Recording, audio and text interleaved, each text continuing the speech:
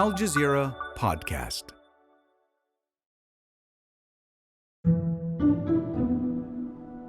Since Hamas attacked Israel on October 7th, the world response has been divided. The UN Security Council has failed to pass a draft resolution calling for a humanitarian pause in Gaza. Western countries like the United States, France, Germany, and the United Kingdom were quick to unequivocally support Israel. We stand with Israel. We stand with Israel. But Russia and China, who maintain a relationship with both Israel and Palestine, haven't been as vocal about standing with Israel. Russian President Vladimir Putin and the Chinese President Xi Jinping met in Beijing, both refusing to condemn Hamas. Putin placing blame on the U.S. for the conflict, not Hamas gunmen.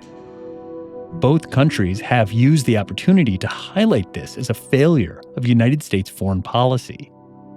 Meanwhile, the U.S. sent aircraft carriers to the region to deter any outside actors from participating in this war. This is not a moment for any party hostile to Israel to exploit these attacks to seek advantage. The world is watching. So, where do Russia and China stand on the issue, and what do they stand to gain from this conflict? I'm Kevin Hirten, in from Malika Bilal, and this is The Take.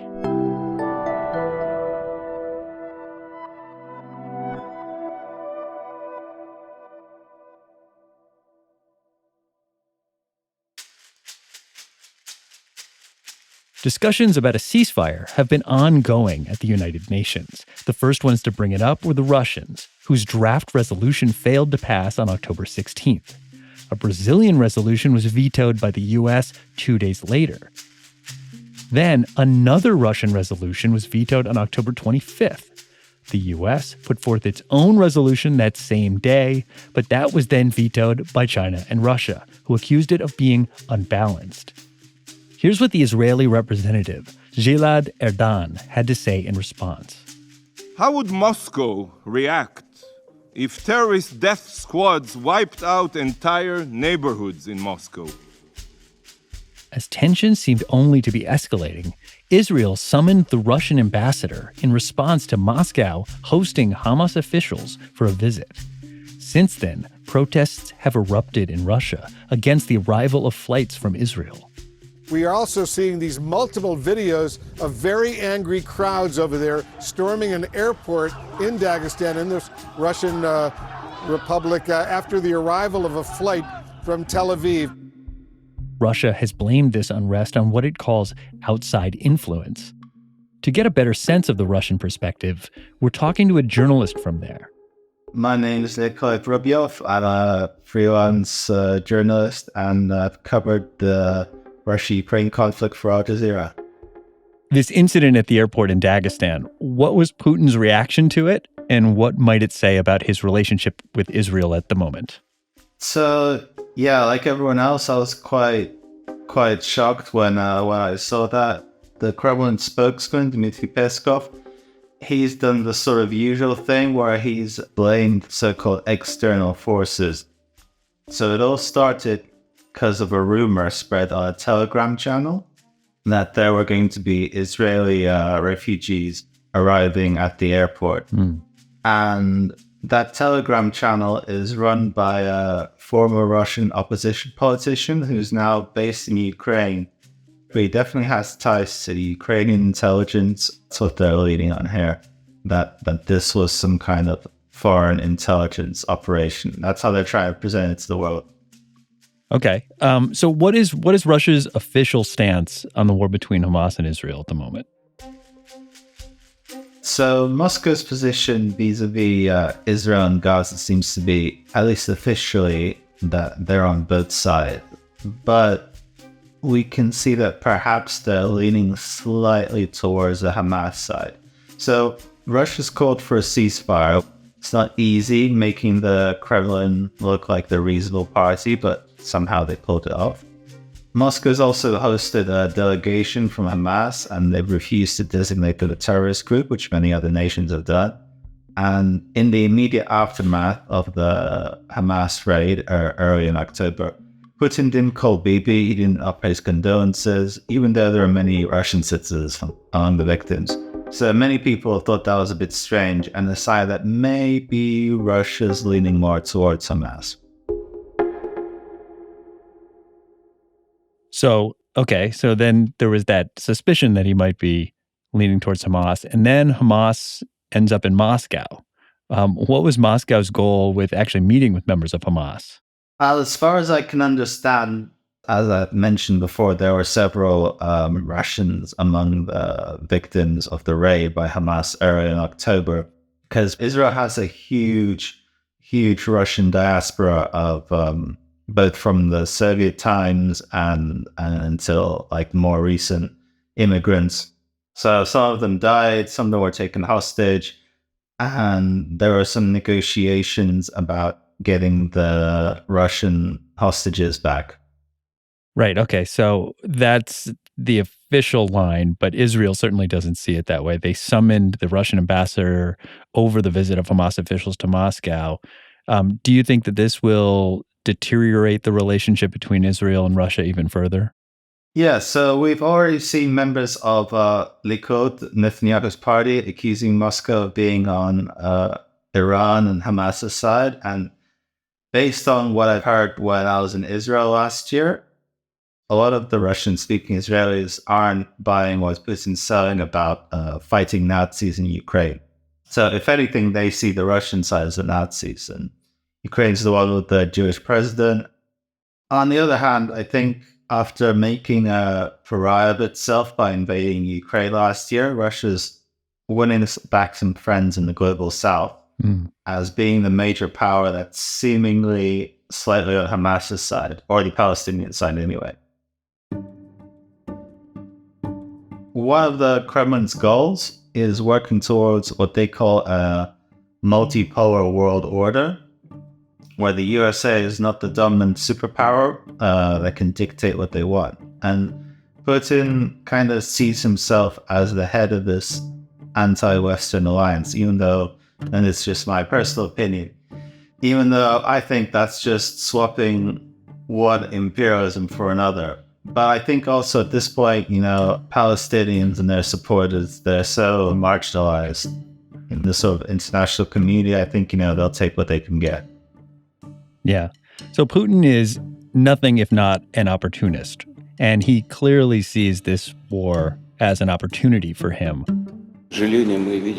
Unfortunately, we can see a sharp deterioration of the situation in the Middle East.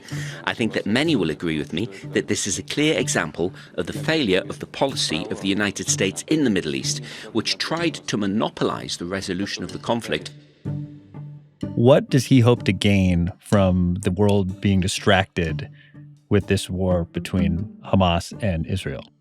Russia's forces are already stretched very thin. Look what's happening or what happened recently in the South Caucasus between Azerbaijan and Nagorno-Karabakh, the Armenian enclave. Russia was supposed to act as a peacekeeper there, but its forces, where are they? They're occupied somewhere else in Ukraine.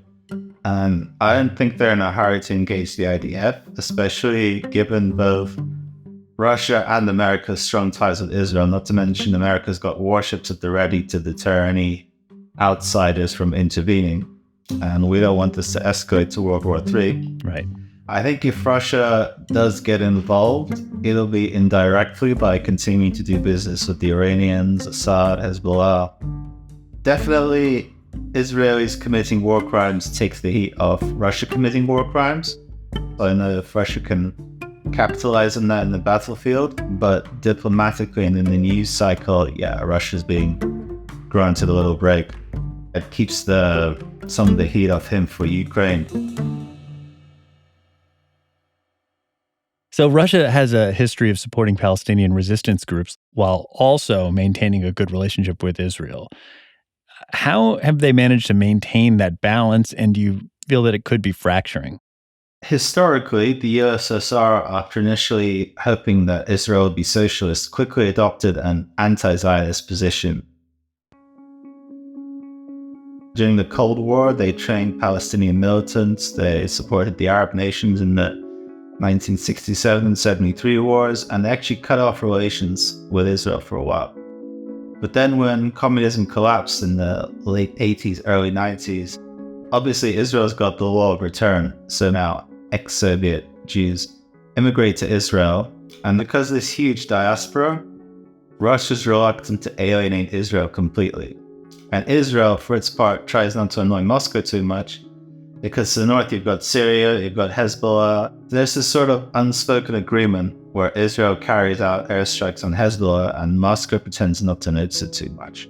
By the way, I should also add that a lot of the ex-Soviet Jewish diaspora became very anti-communist because there were so many of them, millions of them, that helped push Israeli politics to the right, which is one of the reasons why we've been stuck with Netanyahu.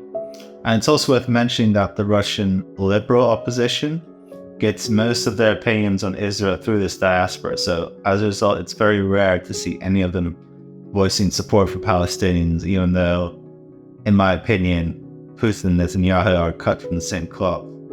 And yeah, finally, there's the personal relationship between Putin and Bibi Netanyahu.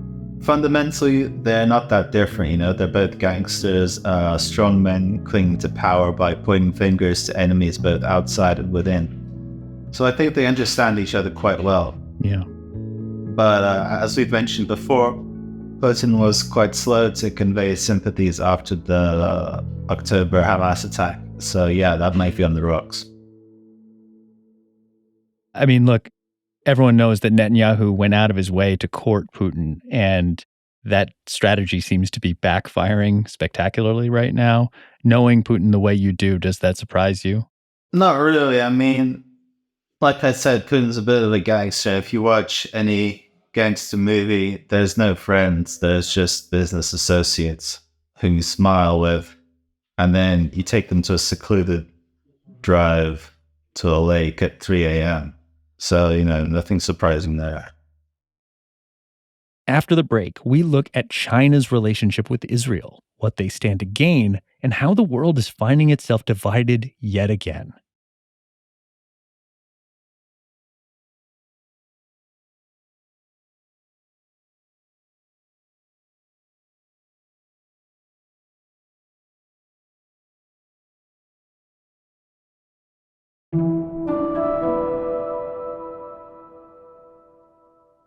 Today we are talking about where Russia and China stand on the Israel-Hamas war. To get the Chinese perspective, we're talking to Einar Tangen, who is joining us from Beijing. He's a senior fellow at the Taihe Institute, a think tank seeking to help the world better understand China. So what is China's stance officially on this recent war between Hamas and Israel? Officially right now, China does not stand with Hamas. They certainly do not stand with Israel in its attempts to go into Gaza. The U.S. has vetoed numerous attempts to call for an immediate ceasefire. U.S., U.K., France, and Japan voted against the resolution. The U.S. said Russia failing to condemn Hamas is the reason why. Killing civilians is not the road to peace. So at this juncture, China has called for an immediate ceasefire and a return to the bargaining table by everybody to find a two-state solution. Here's Chinese Foreign Minister Wang Yi. The Israeli people have received assurance of their survival. But who is assuring the survival of the Palestinian people? So in terms of Israel and China established a relationship in 1992 and have developed close ties. Have you noticed that the war is straining this relationship? Of course, it's straining the relationship. The Middle East is where China gets the majority of its oil, imported oil. They also see it as a huge market. You see the Gulf countries pouring money into Chinese investments because they're balancing their portfolios. China will suffer. Oil prices will go up. Trade will be disrupted. And it's not just China that will suffer. It's the entire world. Already you've seen an increase in the price of fertilizers.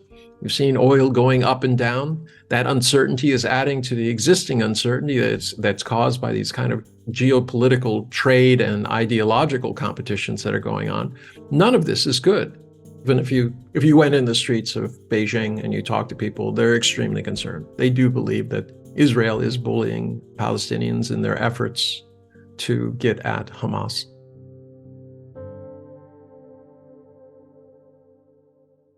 I guess what you're saying is it reflects a real sympathy amongst the Chinese people for the Palestinian cause.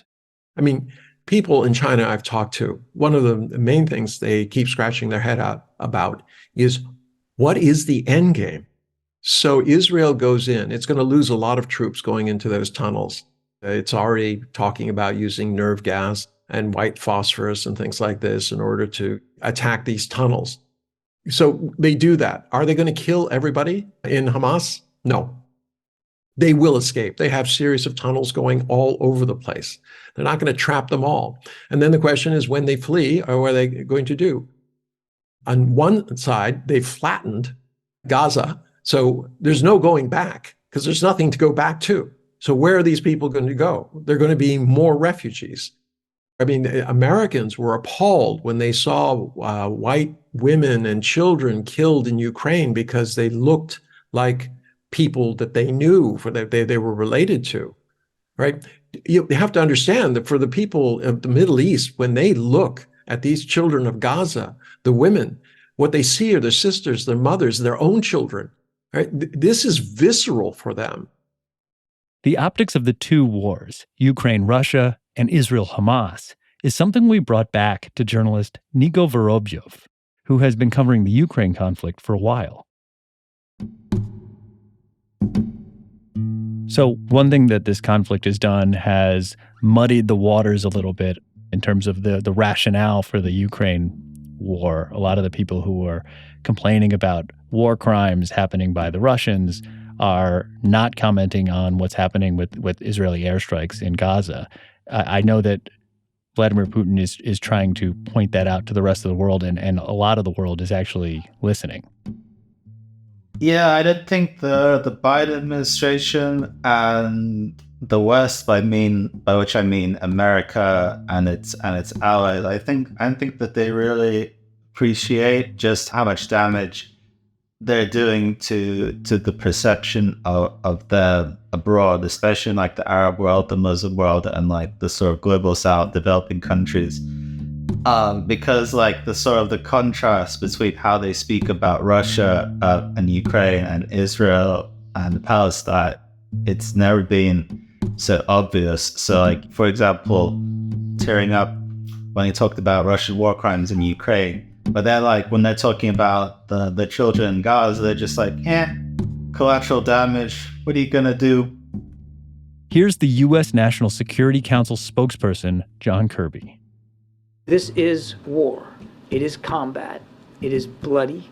It is ugly, and it's going to be messy. And innocent civilians are going to be hurt going forward. I wish I could tell you something different. I wish that wasn't going to happen, but it is going to happen. Yeah, I remember Ursula von der Leyen last year from the EU talking about how targeting civilian infrastructure is a war crime. Russia's committing war crimes. And then, like, when it comes to Israel cutting off water for Gaza, she's just like, crickets.